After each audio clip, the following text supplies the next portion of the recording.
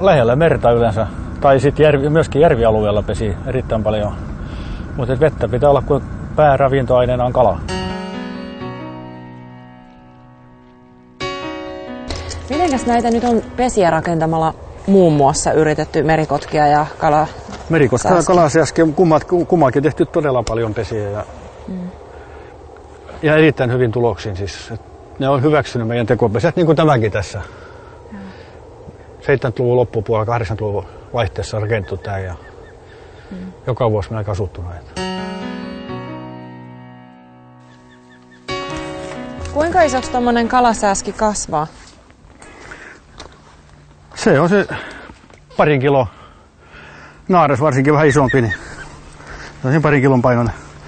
Ja siipien väliin tuommoinen metri 60 suurin piirtein. Ketkä Hannu saa käydä lintuja rengastamassa?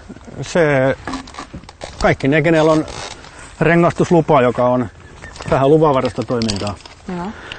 Ja mun täytyy suorittaa sellainen tentti tuolla rengastustentti eläinmuseossa. Se vaatii niin kuin aika paljon lintutietoutta, jos rengastaa monia lajeja. Että tietää, milloin voi millekin pesällä mennä, milloin siellä on rengastusikäiset poikaset. Että ei turha häiritä, kiivetä monta kertaa. Ja joku pikkulintulaji voi olla niin, että väärä aika sinne kiipeä, niin ne voi hylätä sen pesän. Sen takia pitää olla tietoa, mitä tekee. Joo.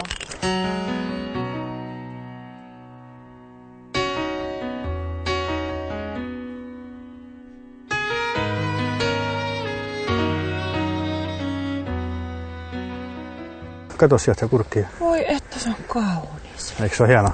On todella kaunis. Kiva töitä. Oi. Ja tämä muuttaa Afrikkaan saakka muuttaa sitten. Niin ajatella. Tämä on kyllä tosi hieno. On se hyvä, että näitä suojellaan ja seurataan. Minkä takia niitä rengastetaan, että seurataan? Rengastetaan? Niin, se oli hyvä kysymys. Minkä takia rengastetaan? Se on ihan niin kuin suojelun takia. Tiedetään kuinka paljon on ensinnäkin, että se on harvinainen ja sitten saadaan tietoa, mihin ne muuttaa, kuinka kauan ne elää. Saadaan pari uskollisuutta selville näiden renkaiden avulla. Ja jopa saalista, mitä ne syö, kun tutkitaan tätä pesältä näytteitä ja sitä kautta sitten voidaan perustella, tiedetään, miten se on erittäin tärkeä suojelun kannalta, että tiedetään, miten ravinto ketäkin käyttää, mikäkin lintulaji käyttää. Ja tässä näytettiin se vielä lentänyt, kun silloin katsoisi, näyttää niin kuin, että sulattuisi kaikki auki, mutta katso alapuolelle, niin tämä näkee, että ne on vielä putkessa. Nämä ei ole kokonaan auki vielä. Joo. Mutta ei tässä enää kauan mene, kun tämä lähtee niin sitten jo ottaa lentoharjoituksia tuolla pesässä. Se toi tuohon taipeeseen ja sitten katsotaan täältä ja pisin kohta 345. Eli 1750 on tämän paino. Mikä näiden lintujen pahin uhka on? Oikeastaan siinä on montakin tekijää, mutta myrkyt on tietysti yksi juttu. Sitten on jonkin verran kalastuskel muut petolinnut, isommat petolinnut. Kalaverkot on varmaan kaikkein suurin tuolla, varsinkin jossain Afrikassa. Sitten on tietysti jonkun verran sattuu tommosia ikäviä tapauksia, että on jotain puitten kaatoja. Nykyään vähemmän tietysti petovihaa mitä ennen ja joitakin ampumistapauksia aina, jossa lähinnä muuttomatkoilla niin tapahtuu tommosia juttuja. Erittäin ikäviä.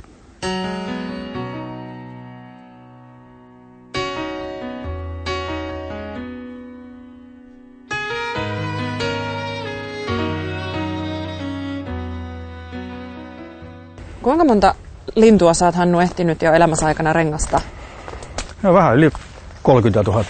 Oho. Mikä sitten saa vielä niin kuin viehätyksen säilymään? Siinä on monta asiaa tietysti, mutta aina oppii on joka reissu jotain uutta. 2 samanlaista reissua ei ole olemassa.